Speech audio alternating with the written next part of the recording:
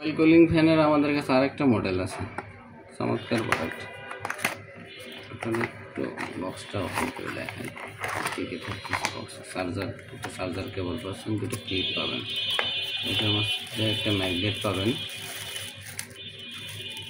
ম্যাগনেটটা অনেক হার্ড, খোলা যায় না।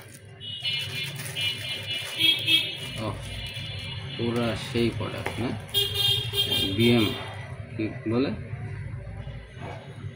সেই গেট আপ, অস্থির অস্থির।